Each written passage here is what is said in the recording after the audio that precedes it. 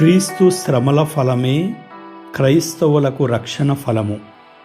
క్రీస్తునందు ప్రియులారా, శ్రమల పానం ఎవరు ఇష్టపడతారు? ఇష్టపడి కష్టాలను ఎవరు కొని తెచ్చుకుంటారు? సుఖం వస్తుందంటేనే దేనికైనా రెడీ అంటారు. ప్రస్తుత తరము ఇంకా అడ్వాన్స్డ్గా ఏ కష్టమూ లేకుండా సుఖం వస్తే ఎంత బాగుండు అని కలలుగంటారు. ఈ రోజుల్లో ఎక్కడ చూసినా శ్రమ విలువను గుర్తించని వారే కనిపిస్తున్నారు.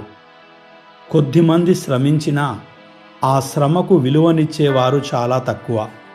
శ్రమను వ్యాపారంగా మార్చేశారు. సేవాభావం కనిపించడం లేదు. ప్రేమ తత్వమే లేదు. సహోదర భావం లేదు. మంచిని చేయాలన్న ఆకాంక్ష అస్సలు లేదు. ఒకవేళ కొందరిలో మంచి చేయాలన్న ఆకాంక్ష ఉన్నను ఎన్నెన్నో అవరోధాలు వస్తున్నాయి. అవమానాలు భరిస్తున్నారు. ఇటువంటి బాధ్యతారహిత సమాజంలో జీవిస్తున్నందుకు బాధగా ఉంది కదా. ప్రియులారా, దేవుని ప్రేమ లోతులను అర్థం చేసుకున్న వారికి ఇలాంటి అనుభవమే ఎదురవుతుంది. అయితే ఎవరేమి చేయగలరు అన్న ప్రశ్నలు ప్రక్కన పెట్టి నా బాధ్యతగా నేనేమి చేయాలి అని ఆలోచించాలి. సమాజంలో మార్పు బయట నుండి కాదు, లోపల నుండి రావాలి. ప్రియులారా, యేసుక్రీస్తు ప్రభు శ్రమల ప్రస్తావనను వింటున్నాము. యేసు తన శిష్యులతో ఇలా అన్నాడు: మనుష్య కుమారుడు ప్రధానార్చకులకు, ధర్మశాస్త్ర బోధకులకు అప్పగింపబడతాడు. వారు ఆయనను మరణదండనకు విధించి అన్యజనులకు అప్పగిస్తారు. వారు ఆయనను అవహేళన మొనర్చి కొరడాలతో కొట్టి సిలువ వేస్తారు. కానీ ఆయన 3వ రోజున లేపబడతాడు. యేసు శిష్యులతో పలికిన ఈ మాటలు ఆయన గురించే. ప్రియులారా, శ్రమల గురించి ముందుగా తెలిసినా యేసు ఆ శ్రమలను ఇష్టంగానే స్వీకరించాడు. దాని ఫలితంగానే దేవుని ప్రేమను ప్రకటించాడు. ఆయన త్యాగంలోనే మన రక్షణ ఉన్నది. దేవుడు అనుమతించిన శ్రమలను భరించడానికి విశ్వాసులముగా మనం సిద్ధంగా ఉండాలి. ఆ శ్రమల ద్వారా మన హృదయములోని కల్మషాన్ని శుద్ధి చేసుకోవాలి. ప్రియులారా, యేసు శ్రమలు అనుభవించింది మన కోసమే, ఆయన కోసం కాదు. ఆయన మహాపరిశుద్ధుడు. ఆయన శాశ్వత సుఖాలకు పాత్రుడు. అయినా బాధలు అనుభవించడానికే మొగ్గు చూపాడు. ఆయన పడిన బాధలు మన పాప అప్పుకు చెల్లించిన పరిహారం. ప్రియులారా, తల్లిదండ్రులు తమ పిల్లల కోసం శ్రమిస్తున్నారు. ఉపాధ్యాయులు విద్యార్థుల కోసం శ్రమిస్తున్నారు. గురువులు శిష్యుల కోసం శ్రమిస్తున్నారు. కార్మికులు తమ యజమానుల కోసం శ్రమిస్తున్నారు. వివిధ వృత్తులలో పనిచేయుచున్న వారి శ్రమ కూడా ఒక నిర్దేశిత ఫలితాన్ని ఆశించే ఉన్నది. ఆ ఫలితం తమ కోసం, తమ వారి కోసం చేస్తున్నారు. యేసు చూపిన ఆదర్శం అంతకంటే ఉన్నతమైనది. ఆయన ఒక సేవకునిగా మారి ఇష్టపూర్వకముగా శ్రమలను ఆహ్వానించాడు. తాను పొందిన ఆ శ్రమల ఫలితమే నేడు మనకు రక్షణ.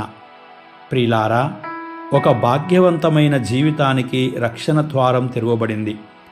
ఆయన యందు విశ్వాసముతో మన కోసం తెరవబడిన ఆ ద్వారము గుండా లోనికి ప్రవేశించే వారందరూ రక్షింపబడతారు.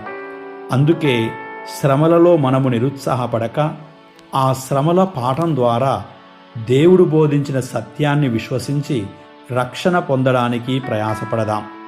ప్రియులారా, సేవాభావం గురించి ఒక చక్కని ఆదర్శాన్ని, ఆచరణాత్మకమైన పాఠాన్ని ఈరోజు మనం నేర్చుకుందాము. యేసు ప్రభువు దగ్గరికి జబదాయి కుమారుల తల్లి వచ్చింది. యేసు ముందు మోకరించి విజ్ఞాపన చేయబోయింది. యేసు ప్రభువే ఆమెను, నీ కోరిక ఏమి అని అడిగారు. నీ రాజ్యములో నా 2 కుమారులలో ఒకడు నీ కుడివైపున, ఒకడు నీ ఎడమవైపున కూర్చుండ సెలవిమ్ము అని మనవి చేసింది. ఎంత చక్కని విజ్ఞాపన! ప్రియులారా, తల్లిదండ్రులు తమ పిల్లల కోసం దేవుని దగ్గరికి వచ్చి ఇలాంటి కోరికలు కోరేవారు ఇంకా ఉన్నారా? మంచి ఉద్యోగాల కోసం, ఆయురారోగ్యాల కోసం, సిరి సంపదల కోసం, పేరు ప్రఖ్యాతల కోసం, ఉన్నత శ్రేణి కోసం, మంచి ఇల్లు కోసం, జ్ఞానం కోసం, తెలివితేటల కోసం, ఇంకా పెద్ద పెద్ద కోరికల చిట్టా దేవుని ముందు పెడతాం కదా. కానీ ప్రభు సన్నిధిలో నా బిడ్డలు ఉండాలన్న ఆకాంక్ష చాలా కొద్ది మందికే ఉంటుంది. జబదాయి కుమారుల తల్లి చేసిన విజ్ఞాపన మంచిదే, అయినా ఆమె ఆలోచన మాత్రం సేవాభావానికి విరుద్ధమైన విజ్ఞాపన. ఆమె కేవలం పదవులను ఆశించి ఆ విజ్ఞాపన చేసింది. తమ పిల్లలు యేసు లాంటి గొప్ప బోధకునికి ఇరువైపులా ఉంటే వారికి గొప్ప పేరు వస్తుంది అనుకున్నది. ఆ తల్లి సేవాభావములో దేవుని ప్రణాళికకు ఆ పిల్లలను అందుకు సిద్ధపరచలేదు. యేసు ప్రభు ఆ తల్లికి జ్ఞానబోధ చేశాడు. ఆమె విజ్ఞాపన మన్నింప తగినది ఎందుకు కాదో చెప్పాడు. ప్రియులారా, మీరు కోరినదేమియో మీరెరుగరు, నేను పానము చేయు పాత్ర నుండి మీరు పానము చేయగలరా అని ప్రశ్నించాడు. ఆ సమయానికి చేయగలము అని వారు ఇరువురు సమాధానమిచ్చినా వారి హృదయము యేసుప్రభువుకు తెలుసు. వారి సంసిద్ధతను యేసుప్రభు మరోలా దీవించాడు. వారు యేసుప్రభుని అనుసరిస్తూ అపోస్తులుగా కీర్తిని పొందారు. అంతేకాదు, భవిష్యత్తులో వారు తమ జీవితాలను ప్రభునకే సమర్పించే యోగ్యతనిచ్చాడు. ప్రియులారా, నా తండ్రి ఏర్పరచిన వారికే అది లభించును అని యేసు చెప్పాడు. యేసు దేవుని కుమారుడైనప్పటికీ తాను పదవి ఆకాంక్షతో పనిచేయలేదు. తన చిత్తం కాదు, తండ్రి చిత్తమే నెరవేరాలన్నాడు. తనను అనుసరించేవారు కూడా యేసు మనస్తత్వమే కలిగి ఉండాలి. వారు కూడా తండ్రి ప్రణాళికకే లొంగి తమ్ము తాము సమర్పించుకోవాలి. ఎంత చక్కని సాదృశ్యమో చూడండి. యేసు సమర్థుడైన వినయముతో తన తండ్రికి నిర్ణయాధికారాన్ని ఇచ్చాడు కదా. నాకు అంతా తెలుసు అని అహంకారంతో ప్రవర్తించే మనకు యేసు జీవితం, ఆయన వ్యక్తిత్వం, ఆయన మనకు ఆదర్శం. ఆయన బోధనలు ఎంతో లోతైన ఆధ్యాత్మిక బంధాన్ని చూపుచున్నాయి.